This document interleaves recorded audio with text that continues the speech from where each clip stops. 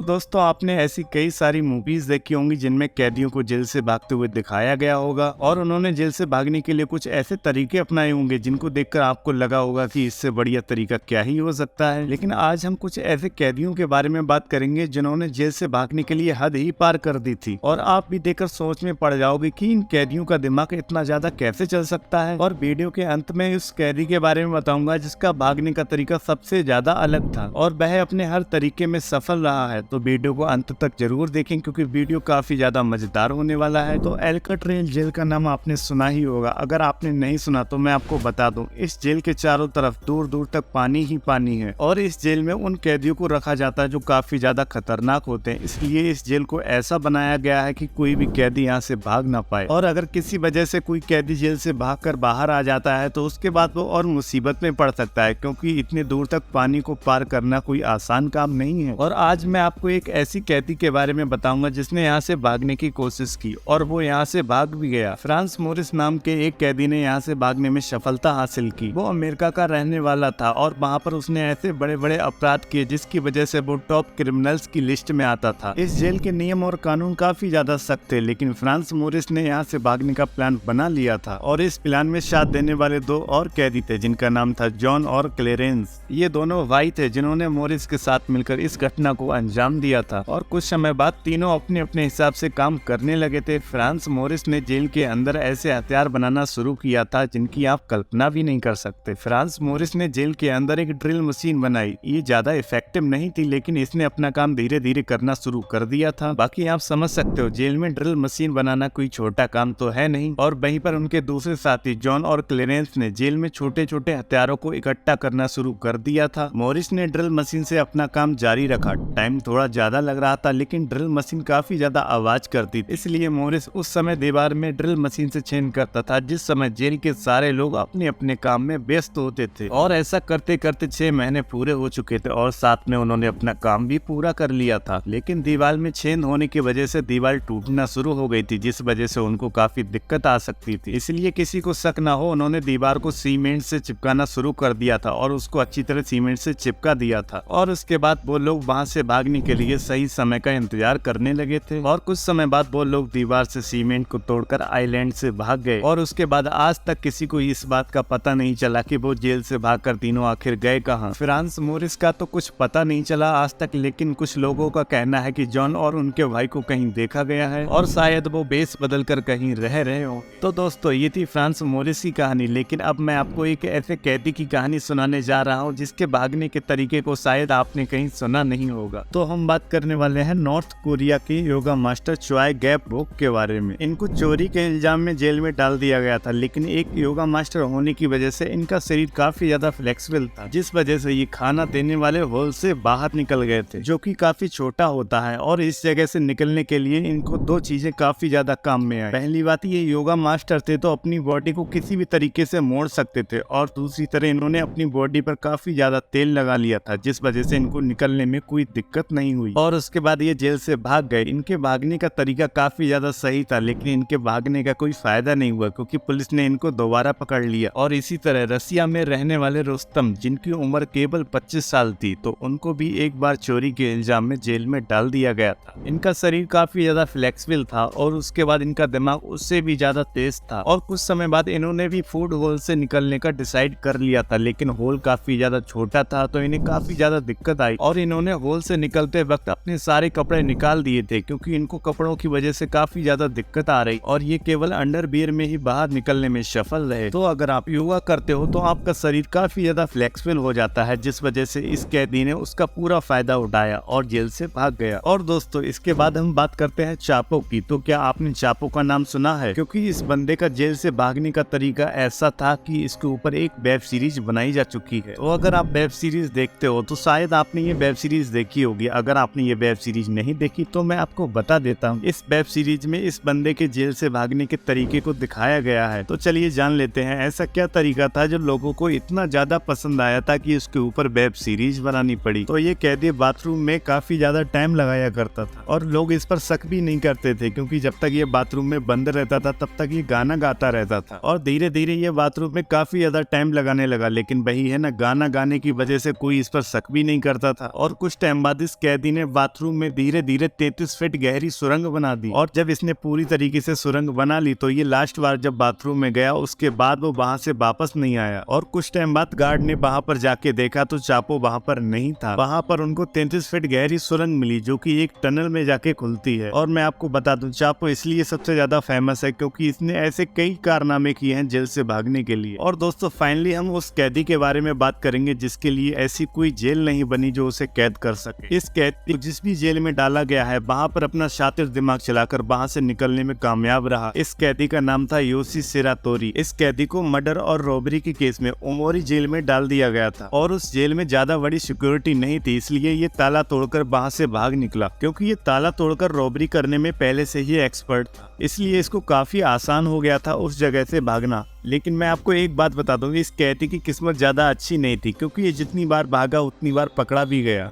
और कुछ समय बाद इसको दोबारा पकड़ लिया गया और इस बार इसको दूसरी जेल अकीटा में डाल दिया गया था। लेकिन मैंने आपको पहले ही बता दिया था कि इस कैदी के लिए ऐसी कोई जेल नहीं बनी है जहां पर ये कैद रह सके। इस जेल में आने के बाद इस कैदी को ये लग गया था कि मैं इस जेल की दीवार को कूदकर भाग सकता हूं। और कुछ समय बाद इसको मौका मिलते ही दीवार पर चढ़ने की कोशिश करता रहता था। और ऐसे ही दिन बीतते गए और ये कोशिश करते करते एक दिन कामयाब हो गया और वहां से भाग निकला। और उसके बाद कुछ ही दिन हुए और इस कैदी को दोबारा पकड़ लिया गया था। और इस बार इस जेल की सेल काफी छोटी थी और इसमें केवल एक फूड डिलीवरी होल था, बाकी चारों तरफ से बंद था। मैं आपको बता दूं उस सेल का फूड डिलीवरी होल काफी छोटा था, लेकिन इस कैदी ने वहां से निकलने की भी कोशिश की और इसमें उसका हाथ भी मुड़ गया था। और इसके बाद भी ये वहां से निकलने में कामयाब रहा। और उसके बाद दोस्तों जब इस कैदी को लास्ट बार पकड़ा गया था तो हर बार जेल से भागने के बाद इस बार टीम ने ऐसे डिसाइड किया कि इसको ऐसे जेल में रखा जाए जहां से ये कभी भाग ना पाए। लेकिन दोस्तों ये कैदी इसलिए ही फेमस है क्योंकि आज तक ऐसी कोई जेल नहीं जो इसको कैद कर पाई हो। और दोस्तों एक बड़ी सिक्योरिटी के साथ इस कैदी को शपोरो जेल में रखा गया। और मैं आपको बता दूं बाकी जो और जेल थे उनसे इस जेल की सिक्योरिटी पहले से काफी ज्यादा टाइट थी। और उसके बाद इस कैदी की सेल के पास 6 पुलिस वालों को तैनात किया गया था ताकि वो सब इसकी सेल पर नजर रख सकें। और मैं आपको बता दूं इस जेल की सिक्योरिटी काफी ज्यादा टाइट थी, बट जिस सेल में वो कैदी कैद था उस सेल की जमीन काफी ज्यादा कमजोर थी। और उस कैदी ने समझ लिया था कि यही वो जगह है जहां से मैं बाहर निकल सकता हूं। और उसके बाद उसने जमीन खोदना स्टार्ट कर दिया। उसको जैसे ही मौका मिलता था वो जमीन को खोदना शुरू कर देता था। यह इतना आसान नहीं था, लेकिन उसने भी हार नहीं मानी क्योंकि उसे जब भी मौका मिलता था वो अपनी जमीन को खोदना स्टार्ट कर देता था। और कुछ समय बाद उसने जमीन को पूरी तरीके से खोद लिया और जिसके बाद वो वहां से भाग निकला। और इस बार उसकी किस्मत ने भी साथ दे दिया और उसके बाद वो दोबारा कभी पकड़ा भी नहीं गया। तो दोस्तों ये वो